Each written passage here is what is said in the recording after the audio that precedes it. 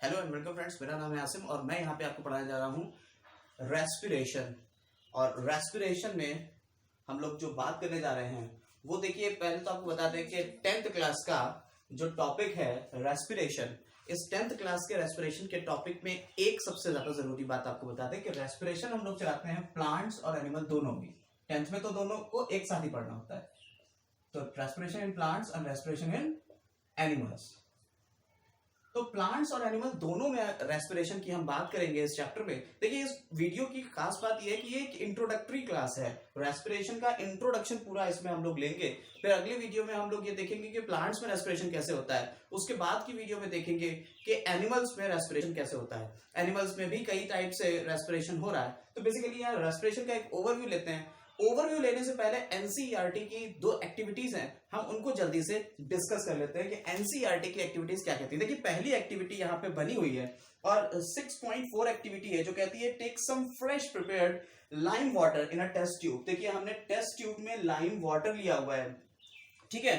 इसके बाद कह रहे हैं blow air through this lime water, और हमें एयर जो है वो इसमें ब्लो करना है। एक ट्यूब के थ्रू हमने एयर ब्लो करी। अच्छा, आप लोगों ने केमिस्ट्री में अगर पढ़ा हो तो केमिस्ट्री में आपने रिएक्शंस के बारे में बात करी होगी, केमिकल रिएक्शंस की। उसमें ये बताया गया है कि रिएक्शंस क्या होती हैं, कैसे होती हैं, और वहां पे जब आप बात करेंगे तो लाइम वाटर में जब कार्बन डाइऑक्साइड को डाला जाता है तो कैसा कलर आता है? मिल्की कलर आता है, ठीक है। तो यहाँ पे वही एक्सपेरिमेंट यहाँ पे शो करने की कोशिश की गई है। Note how long it takes for a time for a lime water to turn milky, कि कितने टाइम में ये लाइम वाटर जो है ये मिल्की कलर ले लेगा। यूज अ सिरेंज और पिचकारी to pass air through some fresh lime water taken in another test tube. किसी अदर टेस्ट ट्यूब में हमने पिचकारी के थ्रू एयर को डाला है, ठीक है। Note how long it takes for the lime water to turn milky, यानी ये दोनों ही मिल्की कलर देंगे, लेकिन इसमें जल्दी आएगा और इसमें देर से आएगा। ऐसा क्यों होगा, अभी हम रीजन बता रहे हैं। इसके बाद कह रहे हैं what does this tells about the amount of carbon dioxide in the air that we breathe out. देखिए, रेस्पिरेशन का जो चैप्टर है, इस रेस्पिरेशन चैप्टर में हम लोगों को दो चीजें पढ़ना होती हैं। रेस्पिरेशन के अंदर में दो चीजें आएंगी, एक तो आएगी ब्रीदिंग। ब्रीदिंग का मतलब होता है एक्सचेंज ऑफ गैसेस, जिसमें हम लोग करते हैं इनहेलेशन और एक्सहेलेशन, यानी हम गैसेस को इनहेल करेंगे, अंदर की तरफ ले जाएंगे, और एक्सहेल करेंगे। इनहेल करते हैं हम ऑक्सीजन के लिए, हम ऑक्सीजन की डिमांड के लिए हम इनहेल कर रहे होते हैं एयर को, और कार्बन डाइऑक्साइड जो हमारी बॉडी के अंदर बन रही है, टिश्यूज बना रहे हैं लगातार, उसको एक्सहेल करना पड़ता है, बाहर देना पड़ता है। तो जो हमारे माउथ से एयर यहां निकलेगी बाहर की तरफ, उसमें कार्बन डाइऑक्साइड ज्यादा होगी, नो डाउट, क्योंकि वो अंदर से आ रही है। और जब अंदर से कार्बन डाइऑक्साइड ज्यादा आ रही है तो ये जो टेस्ट ट्यूब है इसका कलर कैसा हो जाएगा? मिल्की कलर हो जाएगा, क्योंकि इसमें लाइम वाटर डला हुआ है। क्लियर? बिल्कुल ऐसे ही जब हमने एक्सपेरिमेंट किया एक एयर ली, क्योंकि आपको पता है कि जो हमारी एयर है इसमें भी कार्बन डाइऑक्साइड, ऑक्सीजन और अदर गैसेस होती हैं, लेकिन जो कार्बन डाइऑक्साइड है वो 0.03 के करीब परसेंटेज रखती है। तो ये जो कार्बन डाइऑक्साइड है, ये जब इसमें काफी देर तक हम एयर को ब्लो करेंगे तब इसमें कलर मिल्की आएगा, तो तब लाइम वाटर का कलर जो है वो मिल्की आएगा। तो समझ में आ गया होगा आपको कि कैसे, क्यों कह रहा है what does this tells about the amount of carbon dioxide in the air that we breathe out. तो ये बता दिया इसने कि यहां पे जो हम ब्रीथ आउट कर रहे हैं इसमें कार्बन डाइऑक्साइड का अमाउंट नो डाउट ज्यादा है इस वाली एयर से। इसमें सिर्फ 0.03% के करीब है, और यहां पे परसेंटेज थोड़ी और ज्यादा हो रही होगी, तभी ये जल्दी मिल्की कलर दे रहा है। क्लियर? ये फर्स्ट एक्टिविटी है। दूसरी एक्टिविटी जो है, इन्होंने ऐसे ही एक दूसरी एक्टिविटी करी है, और दूसरी एक्टिविटी के लिए इन्होंने क्या करा है, एक अरेंजमेंट है जो हम बनाते जाएंगे। अच्छा, इसमें इन्होंने बात कर ली। देखिए, रेस्पिरेशन में हमने आपको बताया पहला स्टेप तो था ब्रीदिंग का, और दूसरा स्टेप जो आता है, ये दूसरा स्टेप आता है internal respiration. Internal respiration, internal respiration का मतलब होता है सेल्यूलर रेस्पिरेशन। सेल्यूलर यानी एक सेल के अंदर कैसे रेस्पिरेशन हो रहा होगा, हम इसकी बात करेंगे इंटरनल रेस्पिरेशन या सेलुलर रेस्पिरेशन में। चलिए दूसरी एक्टिविटी की बात करते हैं। टेक सम फ्रूट जूस और sugar solution and add some yeast to this. हमने कहीं पे शुगर सोल्यूशन लिया या हमने फ्रूट जूस लिया और उसमें हमने क्या मिला दिया, ईस्ट मिला दिया। तो याद रखिएगा इसमें हमने ईस्ट मिलाया हुआ है। Take this mixture in a test tube fitted with 1 holed cork. देखिए हमने एक टेस्ट ट्यूब ली और उसमें क्या करा, हमने शुगर सोल्यूशन को भर दिया और उसमें मिला हुआ है क्या, ईस्ट मिला हुआ है। तो इसमें शुगर सॉल्यूशन प्लस यीस्ट है। क्लियर है? तो शुगर सॉल्यूशन और ईस्ट को हमने इसमें मिला लिया है और फिर क्या करा, हमने इसमें एक कॉर्क लगा दी है, एक कॉर्क लगाई है हमने। और ये जो कॉर्क है इसमें एक होल है, सिंगल होल है, अंदर की तरफ से ये दिखा रहा है तो डॉटेड बना दे रहा है, ये सिंगल होल है अंदर की तरफ।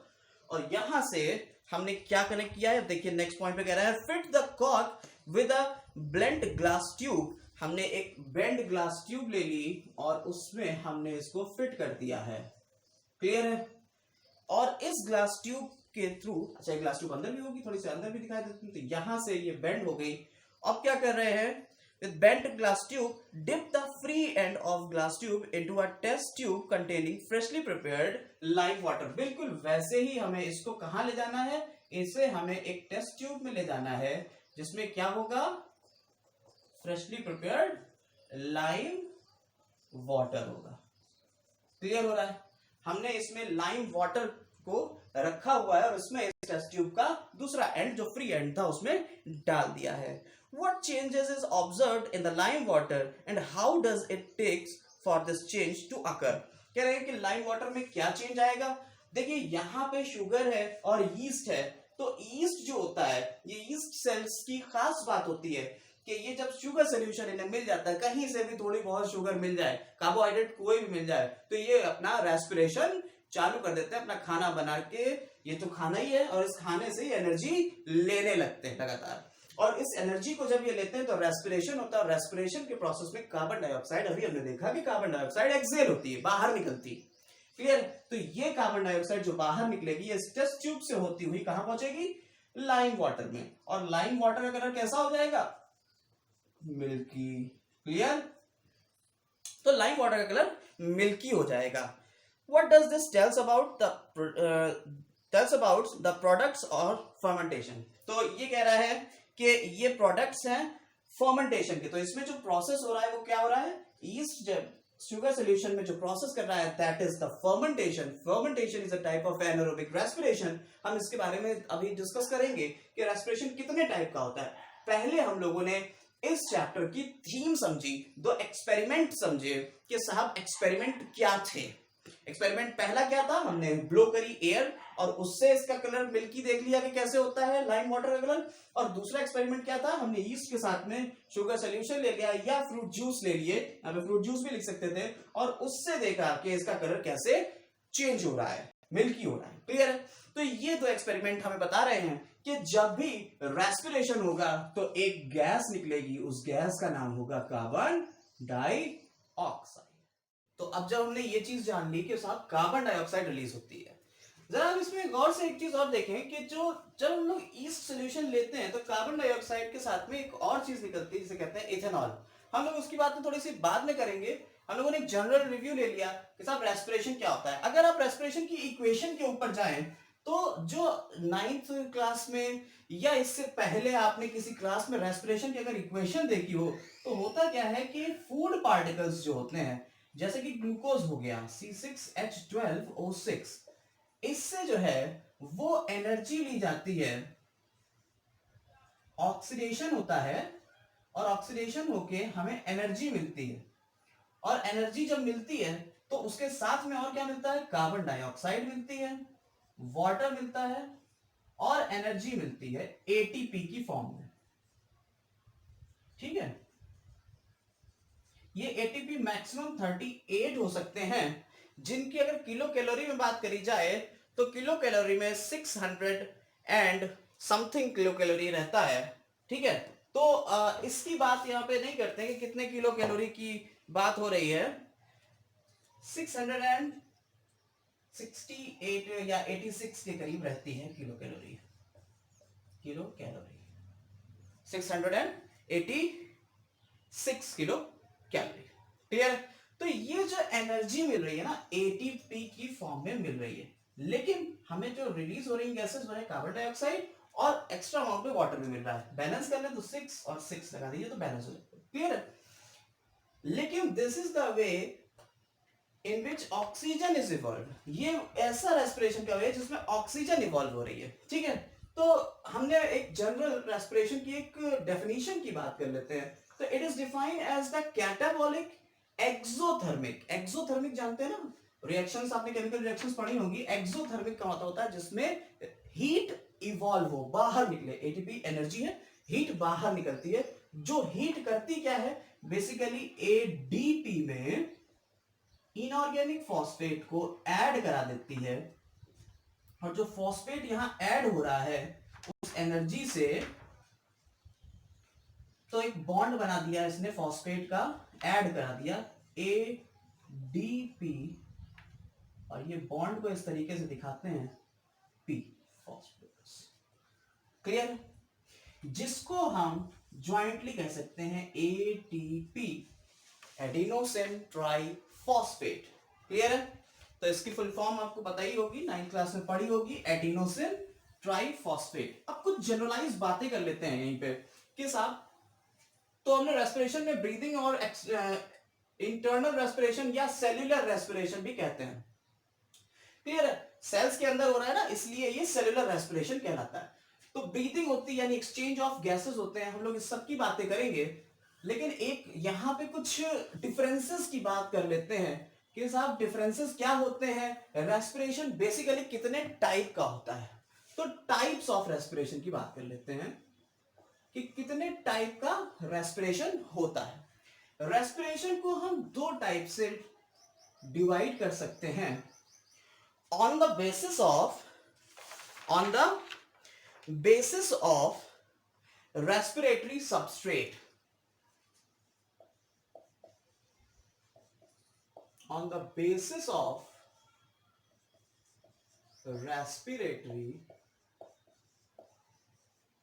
substrate, और दूसरा on the basis of presence of absence of oxygen, or we can say on the basis of availability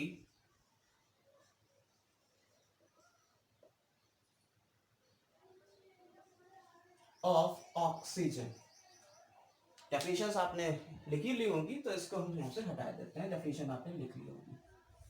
तो it is catabolic exothermic oxidative, oxygen evolve हो रही है, ऑक्सीडेटिव ब्रेकडाउन ऑफ फूड, ये फूड का breakdown हो रहा है to release energy in the form of ATP, to release energy in the form of ATP. इस डेफिनेशन को समझ लीजिएगा, आगे बढ़ते हैं हम लोग। तो ये दो पार्ट में डिवाइड हो गई कि साहब अगर ऑक्सीजन की अवेलेबिलिटी है तो हम इसे कह देंगे aerobic respiration, aerobic respiration,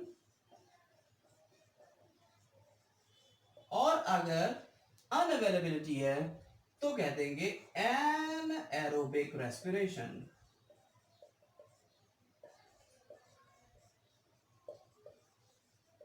clear है? सो अवेलेबल है अगर ऑक्सीजन तो एरोबिक रेस्पिरेशन, और अगर ऑक्सीजन अवेलेबल नहीं है तो एनएरोबिक रेस्पिरेशन। अब बात करते हैं on the basis of respiratory substrate, तो यहां पे बात करेंगे फ्लोटिंग रेस्पिरेशन, फ्लोटिंग रेस्पिरेशन और प्रोटोप्लाज्मिक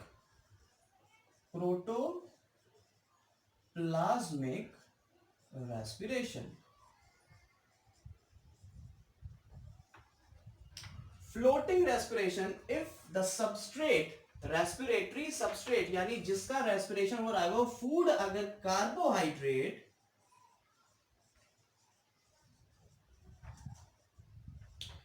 कार्बोहाइड्रेट और फैट है, तब इस टाइप के रेस्पिरेशन को हम कह देंगे फ्लोटिंग रेस्पिरेशन। और अगर जो फूड है जिसका रेस्पिरेशन हो रहा है वो है प्रोटीन, तो हम कह देंगे कि this is protoplasmic type of respiration. और यहां पे एरोबिक में लिख देंगे ऑक्सीजन अवेलेबल, ठीक है, और यहां लिख देंगे ऑक्सीजन एब्सेंट। क्लियर है? एनसीईआरटी में इसको एक दूसरे डायग्राम के थ्रू दिखाया गया है, लेकिन हम उसकी बात बाद में कर लेंगे। प्लांट रेस्पिरेशन में यानी रेस्पिरेशन इन प्लांट्स में देख लेंगे कि 3 तरीके हैं। इन्होंने कहा है कि ग्लूकोज जब टूटता है तो ग्लूकोज पहले पायरूवेट में टूटता है, पायरूवेट में टूटता है, और उसके बाद यहां 3 एरो दिखाए गए हैं एनसीईआरटी में। इन्होंने कहा कि अगर हमारे पास ईस्ट सेल है, कौन सी सेल है? ईस्ट सेल है, तो क्या होगा? अगर ये हमारी मसल सेल है तो क्या होगा? और ये अगर माइटोकॉन्ड्रिया है तो क्या होगा? तो अगर ये ईस्ट सेल होती है और मसल सेल होती है और यहां पे ऑक्सीजन की अवेलेबिलिटी नहीं होती है, तो ये जो पायरूवेट है ये टूटेगा और टूट के ईस्ट में बनाएगा इथेनॉल और साथ ही साथ कार्बन डाइऑक्साइड, यहां लैक्टिक एसिड बनाएगा और यहां पे माइटोकॉन्ड्रिया में कार्बन डाइऑक्साइड और वाटर बनाएगा। साथ ही साथ इसमें एनर्जी भी मिलेगी, सब में एनर्जी थोड़ी थोड़ी मिलती है। एनारोबिक रेस्पिरेशन ये दोनों ऊपर वाले हैं जिसमें एनर्जी कम मिलती है, एरोबिक रेस्पिरेशन ये नीचे वाला है जिसमें एनर्जी ज्यादा मिलती है। इसको हम डिटेल में पढ़ेंगे जब हम लोग पढ़ रहे होंगे रेस्पिरेशन इन प्लांट्स। क्लियर है? फिलहाल में हम लोग इसको छोड़ देते हैं, एनसीईआरटी का टॉपिक है जिसको हम बाद में एनसीईआरटी से रीड करके पूरा एक एक चीज समझा देंगे, लेकिन अभी फिलहाल में हम इसको छोड़ रहे हैं। हम लोग अपने टॉपिक पे आते हैं, जो जनरल चीजें हैं उसको देख रहे हैं। तो रेस्पिरेशन के टाइप समझ में आ गए कि कितने टाइप का रेस्पिरेशन होता है। यहां तक आप इस चार्ट को बना लीजिएगा, इससे रिलेटेड कोई क्वेश्चन हो तो पूछ लीजिएगा कमेंट में। अब हम लोग इसके ये भी पढ़ लेते हैं, यहाँ पे कुछ कंपेरिजंस कंपेयर करते हैं कि साहब ब्रीथिंग और रेस्पिरेशन में क्या डिफरेंसेस होते हैं, कंबशन और रेस्पिरेशन में क्या डिफरेंसेस होते हैं, रेस्पिरेशन और फोटोसिंथेसिस में क्या होते हैं। तो इस चीज को भी हम लोग थोड़ा सा समझ लेते हैं। ये चार्ट बना लीजिए, फिर आगे चलते हैं। तो यहां पे जो हमने लिखा हुआ है, देखिए ब्रीदिंग और रेस्पिरेशन में डिफरेंस लिखा हुआ है, तो समझ लीजिएगा कि breathing it is a physical process, ये फिजिकल प्रोसेस है, हमारी बॉडी में होता है। इसके बाद रेस्पिरेशन कैसा होता है? ये हमारा बायोकेमिकल प्रोसेस है, यानी कि इसमें केमिकल रिएक्शंस वगैरह होती हैं। It exhibits intaking of oxygen and release of carbon dioxide, इसमें ऑक्सीजन इनटेक करते हैं और रिलीज करते हैं कार्बन डाइऑक्साइड को। जबकि रेस्पिरेशन में ऑक्सीडेटिव ब्रेकडाउन होता है फूड का और हमें क्या मिलती है? एनर्जी। अभी हम लोगों ने देखा। इसके बाद it involves only lungs in animals, ये सिर्फ और सिर्फ कब होगा और कहां होगा? एनिमल्स के लंग्स में होगा। हालांकि कुछ एनिमल्स में जो एक्सचेंज ऑफ गैसेस है उसकी पोजीशंस अलग अलग होती हैं। लाइक अगर हम बात करें एक्वेटिक एनिमल्स में, तो हमारी जो फिशेस हैं उनमें गिल्स के थ्रू एक्सचेंज ऑफ गैसेस होता है, ठीक है। ब्रीदिंग का जो इंसेक्ट्स हैं उनमें स्पाइरकल्स के थ्रू होता है। अगर हम बात करें अर्थवॉर्म की, तो उसमें स्किन के थ्रू एक्सचेंज ऑफ गैसेस होता है। तो अलग अलग एनिमल्स हैं जो अलग अलग तरीके से कार्बन डाइऑक्साइड ऑक्सीजन का एक्सचेंज करते हैं, लेकिन यहाँ एक जनरल वे में लिख रहे हैं, तो हम लोगों को जो डिफरेंसेस जनरल वे में लिखना होता है वो ये, it involves only in lungs, it involves only lungs in animals, और यहाँ it involves cytoplasm and mitochondria of all organisms. कभी हम जब रेस्पिरेशन की बात करेंगे डिटेल में, जब वर्जन हम लोग पढ़ रहे होंगे रेस्पिरेशन इन प्लांट्स पढ़ेंगे, तो वहां पे देखेंगे कि साहब माइटोकॉन्ड्रिया और साइटोप्लाज्म में होता है, लेकिन जो सेल होती है ना, एक सेल में यहाँ माइटोकॉन्ड्रिया है, ये साइटोप्लाज्म है। तो जो ग्लूकोज है, अभी हमने आपको जो रिएक्शन बताई कि ग्लूकोज से पायरूवेट बन रहा है, ये ग्लूकोज से पायरूवेट जिस प्रोसेस के थ्रू बनता है उस प्रोसेस को कहते हैं ग्लाइकोलिसिस, यानी ग्लाइकोजन ग्लूकोज का टूटना, ग्लाइकोलिसिस हो गई। और ये पायरुवेट जो है फर्दर जाएगा माइटोकॉन्ड्रिया के अंदर और वहां पायरुवेट से आगे कार्बन डाइऑक्साइड और वाटर और एनर्जी बनेगी माइटोकॉन्ड्रिया में। तो साइटोप्लाज्म और माइटोकॉन्ड्रिया दोनों इन्वॉल्व हो रहे हैं रेस्पिरेशन में। इसके बाद it is not enzyme mediated process, यहाँ पे एंजाइम्स की जरूरत नहीं पड़ती है क्योंकि respiration exchange of gases directly diffusion के थ्रू हो जाता है। लेकिन यहाँ पे पूरी के पूरे एंजाइम्स, बहुत सारे एंजाइम्स होते हैं ग्लाइकोलिसिस में जो यूज होते हैं, जो साइटोप्लाज्म में हो रही है, बहुत सारे एंजाइम्स होते हैं। इसके बाद बाकी एंजाइम्स यहाँ क्रेब साइकिल वगैरह चलता है उसमें यूज होते हैं। तो सारे के सारे एंजाइम मीडिएटेड प्रोसेस होते हैं। तो इट इज रैपिड प्रोसेस, ये बहुत तेजी से हो जाता है। हम लोग सांस लेते हैं और सांस बाहर भी छोड़ देते हैं। 1 मिनट में कितनी बार लेते हैं हम लोग सांस, पता है? 1 मिनट में 16 बार से 18 बार तक हम लोग सांस इनहेल और एक्सहेल करते हैं, ठीक है। It is very slow process और ये बहुत धीरे धीरे होता है, काफी देर में हमें एनर्जी पूरी मिल पाती है। इसको लिख लीजिएगा और फिर इसके बाद हम लोग डिस्कस करने जा रहे हैं अगला कंपैरिजन। तो फिलहाल में इतना लिखिए। तो अब देखिए यहाँ पे क्या करा हमने कि ये कंबशन और रेस्पिरेशन में डिफरेंसेस आपको दिखा रहे हैं कि अब देखिए अगला जो कंबशन और रेस्पिरेशन का डिफरेंस है वो क्या होगा। It is non cellular process, ये सेल्स के अंदर नहीं होगा कंबशन, जबकि रेस्पिरेशन हमारा सेल्स के अंदर होगा। यहां भी बात करें तो ये कहते हैं ये फिजिको केमिकल प्रोसेस है, यानी इसमें फिजियोलॉजिकल फंक्शंस होंगे और केमिकल फंक्शन होंगे। यानी कि देखिए जब कंबशन होता है, कोई चीज जलती है, ठीक है, आपने चीजें जलाई होंगी तो केमिकल रिएक्शंस होती हैं के साथ, कॉम्प्लेक्स मॉलिक्यूल्स जो हैं वो जलते हैं, बर्निंग होती है, ऑक्सीडेशन होता है, और ये फिजिकल प्रोसेस भी, फिजिकल फिनोमेना भी होता है। लेकिन यहाँ पे पूरा बायोलॉजिकल प्रोसेस होते हैं, यानी एंजाइम्स आएंगे और उनके थ्रू स्लो प्रोसेस, धीरे धीरे डिग्रेडेशन होगा। यहाँ क्या होता है, ये लाइट और टेम्परेचर यहाँ पे लिबरेट होता है। यहाँ पे कुछ ऑर्गेनिज्म ऐसे होते हैं जिसमें लाइट लिबरेट होगी और टेम्परेचर तो राइज होता है लेकिन बहुत ही धीरे धीरे, very few cases while temperature is not allowed to rise, लगभग लगभग ना के बराबर टेम्परेचर राइज होगा। क्लियर? या कह रहे हैं it is non enzymatic process, या एंजाइम्स नहीं लगेंगे। अभी हमने आपको जैसा कि यहाँ बताया ऐसे यहाँ पे एंजाइम मीडिएटेड प्रोसेस है।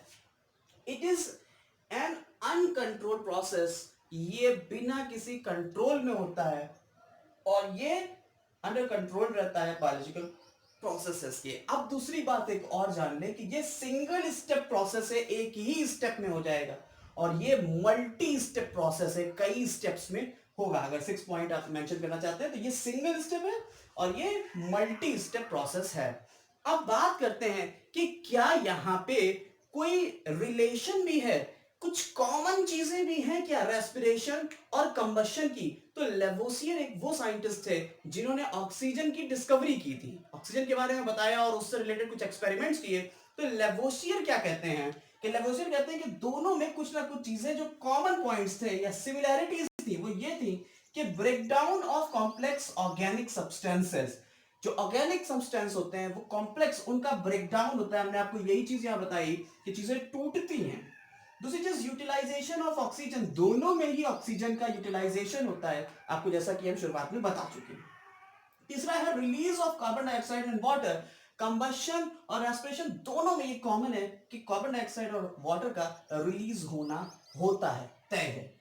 इसके बाद बात करते हैं रिलीज ऑफ एनर्जी, दोनों में एनर्जी मिलती है। यहां अनकंट्रोल्ड वे में एनर्जी बहुत तेजी से, जब चीजों को जलाते हैं तो तेजी से एनर्जी आती है और वो खत्म हो जाती है, क्योंकि हमारे अंदर भी फूड जो है वो धीरे धीरे धीरे धीरे जल रहा होता है, जिसे हम रेस्पिरेशन का नाम देते हैं, स्टेप वाइज जल रहा है और उसमें एनर्जी जो है वो रिलीज होती है। लेकिन एनर्जी दोनों में रिलीज हो रही है, कहीं पे तेजी से तो कहीं धीरे धीरे। इसको नोट करिए। अगला जो कंपैरिजन है वो हम आपको बताने जा रहे हैं रेस्पिरेशन और फोटोसिंथेसिस का। इसके बाद हमारे कंपैरिजंस लगभग लगभग खत्म हो जाएंगे। देखिए यहां पे अब बात हम लोग किसकी कर रहे हैं, रेस्पिरेशन और फोटोसिंथेसिस। अब देखिए फोटोसिंथेसिस चूंकि अभी हम लोगों ने पढ़ा है पीछे, तो फोटोसिंथेसिस हमारी लास्ट वीडियोस में आ चुका है कि फोटोसिंथेसिस कैसे होती है, प्लांट्स में कैसे होती है। तो अब फोटोसिंथेसिस और रेस्पिरेशन में क्या डिफरेंस है इसको देख लेते हैं। देखिए ये एक कैटाबॉलिक प्रोसेस है। हमने आपको मेटाबॉलिज्म के बारे में बताया था, मेटाबॉलिज्म। मेटाबॉलिज्म दो प्रोसेस से मिलकर बनी होती है, एक होता है कैटाबॉलिज्म और दूसरा होता है एनाबॉलिज्म। तो catabolism is the destruction of macromolecules into micromolecules. तो कन्वर्ट होते हैं मैक्रोमोलिक्यूल्स इनटू माइक्रोमोलिक्यूल्स।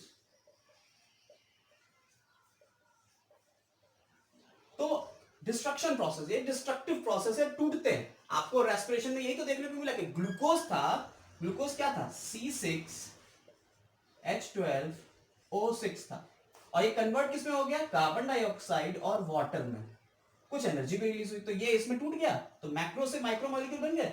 ये कैसा है, ये एनाबॉलिक प्रोसेस है। यहां क्या होगा, कार्बन डाइऑक्साइड और वाटर का यूटिलाइजेशन करते हैं और बना देते हैं ग्लूकोज।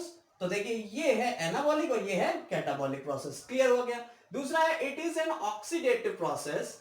तो ये ऑक्सीडेटिव प्रोसेस में ऑक्सीडेशन हो रहा है, ये कार्बोजाइलेटिव प्रोसेस है जिसमें कार्बन डाइऑक्साइड का फिक्सेशन हो रहा है। यहाँ कार्बन डाइऑक्साइड जो है वो धीरे धीरे फिक्स होती जा रही है, जुड़ती जा रही है और C6 बना रहा है। ये ऑक्सीडेटिव प्रोसेस है, यहाँ टूट रहा है और ये देखिए वाटर और कार्बन डाइऑक्साइड अलग अलग हो रही है। इसके बाद कहते हैं it breaks down organic material to release energy. Water and carbon dioxide आपको साफ साफ दिख रहा है कि ऑर्गेनिक मटेरियल को तोड़ रहा है, इस कार्बन डाइऑक्साइड, वाटर और कुछ एनर्जी भी यहां मिलती है।